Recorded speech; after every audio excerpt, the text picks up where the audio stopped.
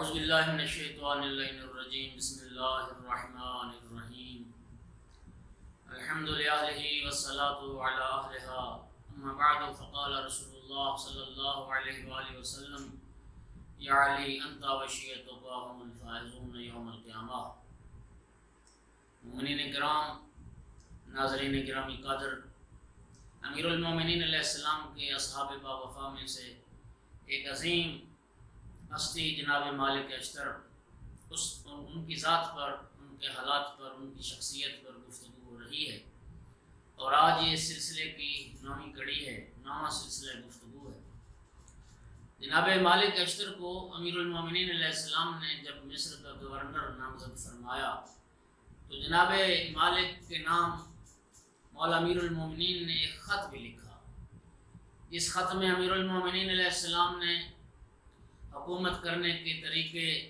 اور انداز کو بیان کیا، اور امیر المومنین علیہ السلام کا وہ خط عہد نامہ مالک اشتر کے نام سے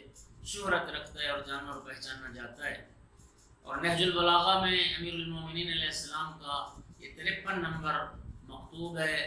53 نمبر یہ مولا کا وہ خط ہے، مکتوب ہے، جو جناب مالک اشتر کو ساتھ دیا اور مالک اشتر کے لیے مولا نے تحریر فرمایا۔ جب مملکت خداداد پاکستان وجود میں آئی، حضرت قائد اعظم محمد علی جناح رحمۃ اللہ تعالی علیہ، اس وقت ان کے ذہن میں نظام حکومت کیسا تھا، اس کی ایک جھلک بر صغیر پاک و ہند کے ایک مشہور و معروف عالم اور معروف خطیب علامہ رشید ترابی نے اپنے ایک بیان میں یوں پیش فرمائی۔ وہ فرماتے تھے کہ قائد اعظم مرحوم 1947 میں تقسیم پاک و ہند کے فوراً بعد انہوں نے مجھے یہاں طلب کیا، اور کراچی میں میرے قیام کے واسطے کارٹن ہوٹل میں کچھ کمرے بک کروائے گئے، اور مجھ سے یہ خواہش کی گئی کہ میں مولا امیر المومنین علیہ السلام کے اس خط کا جو مالک اشتر کے نام ہے اس کا انگریزی میں ترجمہ کروں۔ چنانچہ علامہ رشید ترابی فرماتے ہیں کہ میں نے یہ کام شروع کیا۔ قائد اعظم رحمۃ اللہ تعالی علیہ کے حکم پر 1947 اکتوبر میں اس مکتوب کا ترجمہ ہوا، عہد نامہ مالک اشتر کا، اور دسمبر 1947 میں اس کا پہلا ایڈیشن جو ہے وہ شائع ہوا۔ اس عہد نامہ میں کیا ہے آپ مومنین جب مطالعہ فرمائیں گے تو انشاءاللہ خود جان پائیں گے کہ اس عہد نامہ میں کیا ہے۔ لیکن حقیقت میں آج پاکستان کے حکمران جو پاکستان کو ایک ریاست مدینہ بنانا چاہتے ہیں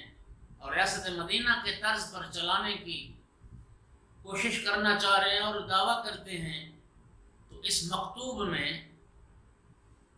امیر المومنین علیہ السلام نے وہ بنیادی اصول حکمرانی کے بیان فرمائے ہیں۔ اگر آج کے حکمران انہی بیان کردہ اصولوں کے مطابق اگر حکمرانی کریں تو شاید ان کا ریاست مدینہ والا خواب پورا ہو سکے، ورنہ امیر المومنین علیہ السلام کے بتائے ہوئے ان اصول حکمرانی اور اصول سیاست کو چھوڑ کے شاید یہ خواب کبھی شرمندہ تعبیر نہ ہو سکے۔ یہ عہد نامہ جب جناب محمد ابن ابی بکر کی رٹ کمزور پڑ گئی تھی مصر پر، اور مالک اشتر کو جب مصر کا گورنر نامزد کیا تو اس وقت یہ تحریر فرمایا تھا کہ مصر کے اندر حکومت کن اصولوں کے مطابق کرنی۔ ظاہراً اس خط کا جو مخاطب ہے وہ جناب مالک اشتر کی ذات ہے، لیکن امیر المومنین چونکہ منصب امامت ایک منصب رہبری ہے، منصب ہدایت ہے، اس لحاظ سے مولا امیر المومنین علیہ السلام کا یہ خط دنیا کائنات کے ہر حاکم کے لیے ہے اور ہر حکمران کے لیے ہے، چاہے وہ جس خطے کا رہنے والا ہے۔ کامیاب حکومت اگر چاہتے ہیں تو پھر امیر المومنین علیہ السلام کے اس نسخے کے مطابق عمل کیا جائے۔ اس خط میں نظام حکومت کو کس گہرائی سے بیان کیا گیا ہے، اس کے بارے میں ایک عیسائی دانشور جو لبنان کی ایک یونیورسٹی کے ادبیات عرب کے پروفیسر بھی ہیں، جارج جرداق عیسائی نے اپنی مشہور زمانہ کتاب الامام علی صوت العدالت الانسانیہ کے صفحہ نمبر 188 پر لکھتے ہیں کہ اقوام متحدہ نے جو حقوق انسانی کا جو منشور اور اعلامیہ بنایا ہے اور جاری کیا ہے، جارج جرداق کہتے ہیں کہ اس اقوام متحدہ کے حقوق انسانی کے اس اعلامیے میں کوئی ایک بھی عنوان ایسا نہیں ہے جس کی نظیر، جس کی مثال امیر المومنین علیہ السلام کے اس مکتوب میں موجود نہ ہو جو مالک اشتر کے لیے لکھا گیا، بلکہ جارج جرداق کہتے ہیں کہ امیر المومنین کے اس خط میں، اس عہد نامہ مالک اشتر میں، اس اقوام متحدہ کے اس منشور سے بھی بہتر اور بالا ترین چیزیں موجود ہیں۔ اور پھر لکھتے ہیں، جارج جرداق کہتے ہیں کہ یہ اقوام متحدہ کا جو حقوق انسانی کا جو منشور ہے، دستور ہے، اعلامیہ ہے، اور اس عہد نامہ مالک اشتر میں جو امیر المومنین علیہ السلام کا تحریر کرتا ہے، کہتے بنیادی طور پر ان میں بڑے 4 نمایاں فرق ہیں، بڑے واضح فرق ہیں۔ پہلا فرق تو یہ ہے، کہتے ہیں کہ اقوام متحدہ کا جو منشور ہے وہ ساری دنیا کے عقل مند لوگوں نے مل کر اس کو مرتب کیا ہے، جو سارے دنیا سے اور سارے ملکوں سے اکٹھے کیے گئے تھے، لیکن اس دستور علوی کو صرف ایک ذات نے مرتب کیا ہے، ایک ذات نے تحریر کیا ہے، اور وہ ذات امیر المومنین علی ابن ابی طالب علیہ السلام کی ذات۔ دوسری بات یہ ہے کہ اقوام متحدہ کا یہ جو دستور ہے، یہ منشور ہے، یہ 1400 سال کے بعد آج لکھا جا رہا ہے، اور لیکن امیر المومنین علیہ السلام کا وہ جو عہد نامہ ہے، وہ مکتوب ہے، وہ آج سے 1400 سال پہلے امیر المومنین تشریف لائے تھے اور اس وقت انہوں نے وہ چیزیں بیان فرمائی تھی۔ تیسرا فرق یہ ہے کہ اقوام متحدہ کے منشور کو جو وضع کرنے والے ہیں یا اس کے مواد کو اکٹھا کرنے والے ہیں، انہوں نے پھر اپنی اتنی تعریف کی اور اتنی خود ستائی کی کہ لوگ سنتے سنتے تھک گئے اور لوگوں کے کندھوں پر بھی ہزاروں احسانات کا بوجھ لاد دیا، لیکن امیر المومنین علیہ السلام نے بارگاہ خداوندی میں خضوع و خشوع اور لوگوں میں فروتنی اور عاجزی کو اختیار کیا، نہ اپنی برتری چاہی اور نہ اپنی بزرگی کو تلاش کیا۔ چوتھا فرق جو کہتے ہیں وہ یہ ہے کہ جو ان 3 جو فرق بیان کیے گئے، ان تینوں سے بھی اہم ہے، کہتے ہیں وہ یہ ہے کہ اقوام متحدہ میں سے جنہوں نے حقوق انسانی کے اس منشور کو تدوین کرنے میں شرکت کی اور خود اس منشور کو تسلیم کیا، لیکن ان تدوین کرنے والوں میں کثرت سے ان حکمرانوں نے، ان لوگوں نے خود ہی اس منشور کو توڑ دیا اور عالمی قوانین کو پارا پارا کر دیا اور ان کے حقوق کو، لوگوں کے حقوق کو باطل کرنے کے لیے میدانوں میں فوجیں اتار دی۔ لیکن علی ابن ابی طالب علیہ السلام نے جس مقام پر بھی قدم رکھا، جس موقع پر بھی بات کی اور جس وقت بھی تلوار نیام سے نکالی، امیر المومنین نے ہمیشہ ظلم و جور اور استبداد کا پردہ چاک کیا، ظلم و ستم کو جڑ سے اکھاڑ پھینکا، اور یہاں تک کہ انسانی حقوق کا دفاع کرتے کرتے درجہ شہادت پر فائز ہوا۔ اور جارج جرداق عیسائی نے اپنی اسی کتاب میں پھر مولا امیر المومنین کے اسباب شہادت پر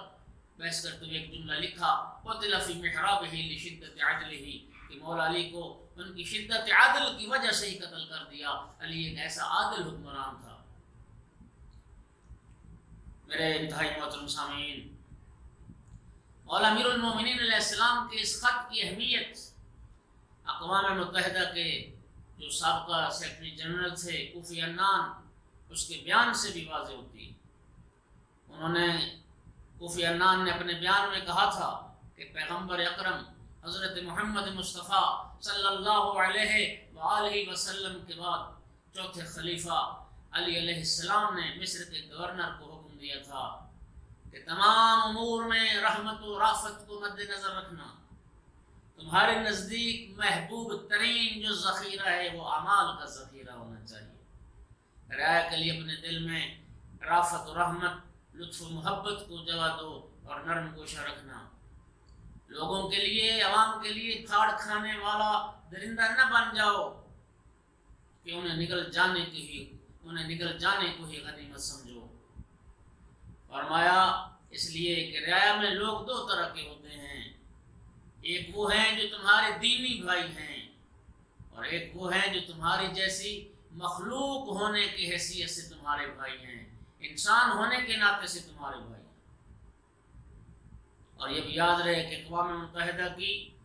عرب ہیومن ڈیولپمنٹ رپورٹ 2002 کے صفحہ نمبر 107 پر علی علیہ السلام کے کلام سے 6 نکات نمونے کے طور پر درج کیے گئے ہیں، اور چھٹا نقطہ وہ اسی عہد نامہ مالک اشتر سے لیا گیا، جہاں حضرت علی علیہ السلام نے چیف جسٹس کے انتخاب کا طریقہ کار بیان کرتے ہوئے فرمایا کہ لوگوں کے معاملات کا فیصلہ کرنے کے لیے ایسے شخص کو منتخب کرو جو تمہارے نزدیک تمہاری رعایا میں سب سے بہتر ہو، جس کا دل واقعات کی پیچیدگیوں سے تنگ نہ ہوتا ہو اور نہ جھگڑنے والوں کے رویے سے غصے میں آتا ہو۔ مومنین کرام، سامعین گرامی، اگر اس آفاقی قانون کو حکومت پاکستان چیف جسٹس کے انتخاب میں دستور اساسی قرار دے دے تو کیا اسلامی جمہوریہ پاکستان صحیح معنی میں ریاست مدینہ کا مصداق نہیں بن سکتا؟ اور پھر اس آفاقی منشور کی عظمت و رفت اور گہرائی و گہرائی کے متعلق مولانا ابوالکلام آزاد کے قریبی ساتھی اور عربی رسالہ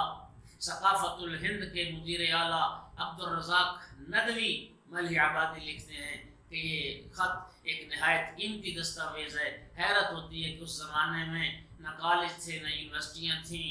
علم سیاست مدون ہوا تھا، نہ حکمرانی کا عربوں کو کوئی تجربہ تھا۔ اس کے باوجود امیر المومنین علیہ السلام نے انتہائی اختصار اور بلاغت سے حکمرانی اور سیاست مدن کے اصول اس طرح تحریر میں جمع کر دیے ہیں کہ آج بھی ان سے متمدن حکمران مستغنی نہیں ہو سکتے۔ مومنین کرام، عصر حاضر میں جامعۃ الازہر مصر کے سربراہ معروف علمی و سیاسی شخصیت شیخ محمد عبدہ نے اس عہد نامہ کے متعدد علمی، ادبی، اخلاقی اور سیاسی نکات کی طرف اشارہ کیا ہے۔ پاکستان میں بھی یہ عہد نامہ جماعت اسلامی کے ادارے کی جانب سے متعدد بار کتابی صورت میں شائع ہو چکا ہے۔ اور سامعین گرامی، آپ کے علم میں ہو کہ اس سے پہلے پاکستان میں بھی سابقہ وزیر اعظم جناب ملک معراج خالد نے بھرپور کوشش کی تھی کہ یہ عہد نامہ پاکستان کا دستور اساسی قرار پائے، لیکن ان کی یہ خواہش مرحلہ تکمیل تک نہ پہنچ سکی۔ 70 سال کی عمر مبارک تھی جناب مالک اشتر کو جب مصر کا گورنر نامزد کیا گیا، اور یہ خط دے کے امیر المومنین نے مصر کی جانب جناب مالک کو روانہ فرمایا، اور اس عہد نامہ کے آخر پہ امیر المومنین نے مالک کو مخاطب کر کے ایک دعا بھی فرمائی، وَأَنَا أَسْأَلُ اللَّهَ بِسِعَةِ رَحْمَتِهِ أَن يَخْتِمَ لِي وَلَكَ بِالسَّعَادَةِ وَالشَّهَادَةِ۔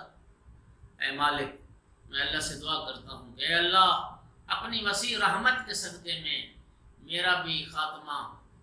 سعادت اور شہادت پر فرمائے، اور مالک میں دعا کرتا ہوں اللہ تیرا خاتمہ بھی سعادت اور شہادت پر فرمائے۔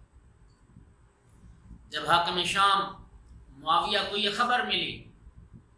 کہ حضرت علی علیہ السلام نے مالک اشتر کو مصر کا گورنر نامزد کیا ہے، تو حاکم شام یہ خبر سن کے بہت وحشت زدہ ہوا، بہت ڈر گیا، سمجھتا تھا کہ مالک ایک کامیاب حکمران ثابت ہوگا، اور وہاں سے جو خراج اور مالیات آ رہا ہے وہ میرے ہاتھ سے نکل جائے گا۔ حاکم شام نے کلزم کے ایک زمین دار، کلزم جو مصر کے ایک بندرگاہ کا علاقہ ہے، کلزم جو اس مسیر تھا مصر جانے کے لیے، وہاں کا ایک بہت بڑا زمیندار اور جاگیردار جو عثمان کا آزاد کردہ غلام تھا، اور وہ بڑا مالیات اور ٹیکس دیتا تھا حاکم شام کو، تو حاکم شام کا بڑا مورد اعتماد بھی تھا، تو حاکم شام نے اس کلثوم کے زمیندار سے یہ کہا کہ علی نے مالک کو مصر کا گورنر نامزد کیا ہے اور مالک مصر کی طرف آ رہے ہیں، اگر تم مالک کی زندگی کا خاتمہ کر دو تو میرا تو اس سے وعدہ رہا کہ جب تک تو زندہ ہے اور جب تک میں زندہ ہوں تو اس سے خراج اور ٹیکس وصول نہیں کیا جائے۔ مالک اشتر جب کلثوم پہنچے تو وہی شخص مالک کے استقبال کے لیے آگے بڑھا، خود کو امیر المومنین علیہ السلام کا شیعہ ظاہر کیا، مالک کا دوست اور خیر خواہ ظاہر کیا، اور مالک کا شایان شان استقبال کیا، اور مالک کو اپنے گھر آنے کی استراحت کی اور کھانے کی دعوت دی۔ باکمال احترام مالک کو اپنے گھر لے کے گیا، اور جب کھانا کھلایا تو شہد میں زہر ملا کے، شہد کے شربت میں زہر ملا کے مالک کو پلا دیا گیا۔ زہر سے مالک کی شہادت ہو گئی۔ یہ خبر شہادت شام بھی پہنچی اور عراق بھی پہنچی۔ جب یہ خبر شام پہنچی، شام کی فضا خوش ہو گئے اور مسرور ہو گئے، اور شام والوں نے جشن منایا۔ لیکن جب یہ خبر شہادت مالک کی عراق میں پہنچی تو عراق کی فضا کو سوگوار کر دی۔ شام میں جب یہ خبر پہنچی تو حاکم شام معاویہ نے منبر پر آ کر خوشی میں سرشار ہو کر شام والوں سے یہ کہا تھا، الا ترونا کیف استجیب لکم، شام والوں دیکھو تم نے جو مالک کی نابودی کی بد دعا کی تھی، اللہ نے تمہاری اس بد دعا کو کیسے مستجاب کر لیا اور تمہاری دعا کیسے سنی گئی۔ اور پھر کہا کہ کان لعلی ابن ابی طالب یدان یمینان، شام والوں علی کے دو دائیں ہاتھ تھے، قطعت وحدہما یوم صفین، وہ عمار بن یاسر، علی کا ایک دایاں ہاتھ میں نے میدان صفین میں کاٹ دیا، وہ عمار یاسر تھے، وقطعت الاخری اليوم، وہ مالک بن الحارث، اور علی کا دوسرا دایاں ہاتھ جو مالک اشتر تھے وہ میں نے آج کاٹ دیا۔ اور پھر حاکم شام خوشی سے یہ جملہ کہا کرتا تھا، الا وان للہ جنودا من عسل، کہ شہد میں بھی اللہ کے لشکر ہوتے ہیں۔ چونکہ شہد میں زہر ملا کے مالک کو پلایا گیا تھا تو کہتا تھا شہد میں بھی اللہ کے لشکر ہوتے ہیں۔ اور مومنین کرام، جب یہ خبر شہادت کوفہ پہنچی، آپ امیر المومنین علیہ السلام کی بارگاہ میں عراق کی فضا کو سوگوار کر دیا، وقت کے امام کو سوگوار کر دیا، غم زدہ کر دیا مالک کی شہادت کی خبر نے۔ آقا منبر پہ تشریف لے گئے، بے ساختہ پڑا انا للہ و انا الیہ راجعون، انا للہ و انا الیہ راجعون، کلمہ استرجاع زبان پر جاری فرمایا، اور پھر اس کے بعد فرمایا اللہم انی احتسبہ عندک، اے اللہ میں مالک کی موت پر تجھ سے اجر کا طلبگار، اے اللہ میں مالک کی موت پر تجھ سے اجر چاہتا ہوں۔ ان موتہ من مصائب الدہر، میرا اللہ تو جانتا ہے مالک کی موت زمانے کی مصیبتوں میں سے ایک بڑی مصیبت ہے۔ میرا اللہ تو جانتا ہے کہ تیرے حبیب کی رحلت کے بعد، تیرے محبوب کی سید الانبیاء کی رحلت کے بعد علی نے خود کو صبر کا عادی بنا لیا ہے۔ میرا اللہ میں مالک کی موت پہ صبر کروں گا اور اس صبر پہ تجھ سے اجر چاہتا ہوں۔ اس کے بعد میرے مولا امیر المومنین نے فرمایا کہ الا ان مالک ابن الحارث قد قضا نحبہ، لوگو سن لو، مالک اپنی زندگی پوری کر گئے، مالک اپنی زندگی گزار گئے، وقضا نحبہ واوفى بعہدہ، اور مالک اپنا وعدہ پورا کر گئے، انہوں نے اپنے وعدے کو وفا کر دیا، ولا کہ یا ربہ، اور مالک لقائے رب کی منزل پر فائز ہو گئے، وہ رب کی ملاقات کے لیے چلے گئے۔ فرحم اللہ مالک، اللہ مالک پر اپنی رحمتیں نازل فرما، مالک پر اپنا رحم و کرم فرما۔ کون تھا مالک؟ لو کان من جبل لکان فندا، مالک اگر کسی پہاڑ کا نام ہوتا تو دنیا کا بلند ترین پہاڑ ہوتا، بلند ترین چوٹی ہوتا، ایسی بلند ترین چوٹی لا یرتقی ہے حافر، لا یرتقی الحافر ولا یرقع الطائر، دنیا کا ایسا بلند پہاڑ ہوتا کہ نہ کوئی سن والا جانور، کوئی گھوڑا پہنچ سکتا تھا اور نہ کوئی پرندہ وہاں تک پر مار سکتا تھا۔ وَلَوْ كَانَ مِنْ حَجَرٍ لَكَانَ صَلْدًا، اور مالک اگر کسی پتھر کا نام ہوتا تو دنیا کی سخت ترین چٹان ہوتا جسے کوئی شے پاش نہ کر سکتی۔ للہ مالک، آفرین و مالک پر، ما مالک وما ادراک ما مالک، تم کیا جانو کہ مالک کیا تھا، تمہیں کیا پتا کہ مالک کیا ہے۔ حل قامت النساء والمثل مالک، ہے کوئی دنیا میں ایسی مستور، ہے دنیا میں کوئی ایسی عورت جو مالک جیسا بیٹا جنم دے؟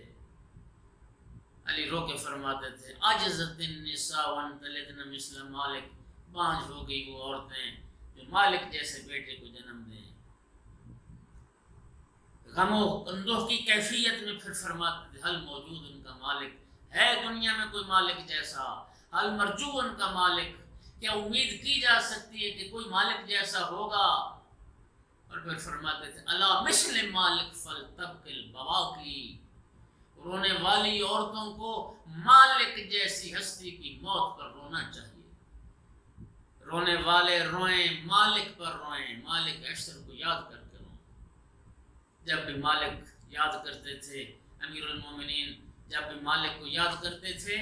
امیر المومنین کا غم تازہ ہو جاتا تھا، غم کے بادل چھا جاتے تھے۔ مالک اشتر کے قبیلے کا ایک شخص علقمہ بن قیس نخی کہتا ہے کہ ایک مدت تک مالک کی شہادت کے بعد 38 ہجری میں یہ واقعہ ہوا، مالک کی شہادت کے بعد ایک مدت تک امیر المومنین کے چہرے سے غم کے، حزن کے آثار ختم نہیں۔ امیر المومنین کو دیکھ کے کہتا ہے ہمیں یوں محسوس ہوتا تھا کہ مالک کی موت پر صرف علی ہی غم زدہ ہیں اور علی ہی دکھی ہیں، علی ہی مصیبت زدہ ہیں، گویا ہم جو قبیلہ ہے ہمارا نخ، گویا اسے وہ غم نہیں ہے جو غم امیر المومنین علی ابن ابی طالب کو مالک کی موت پر تھا۔ مغیرہ بن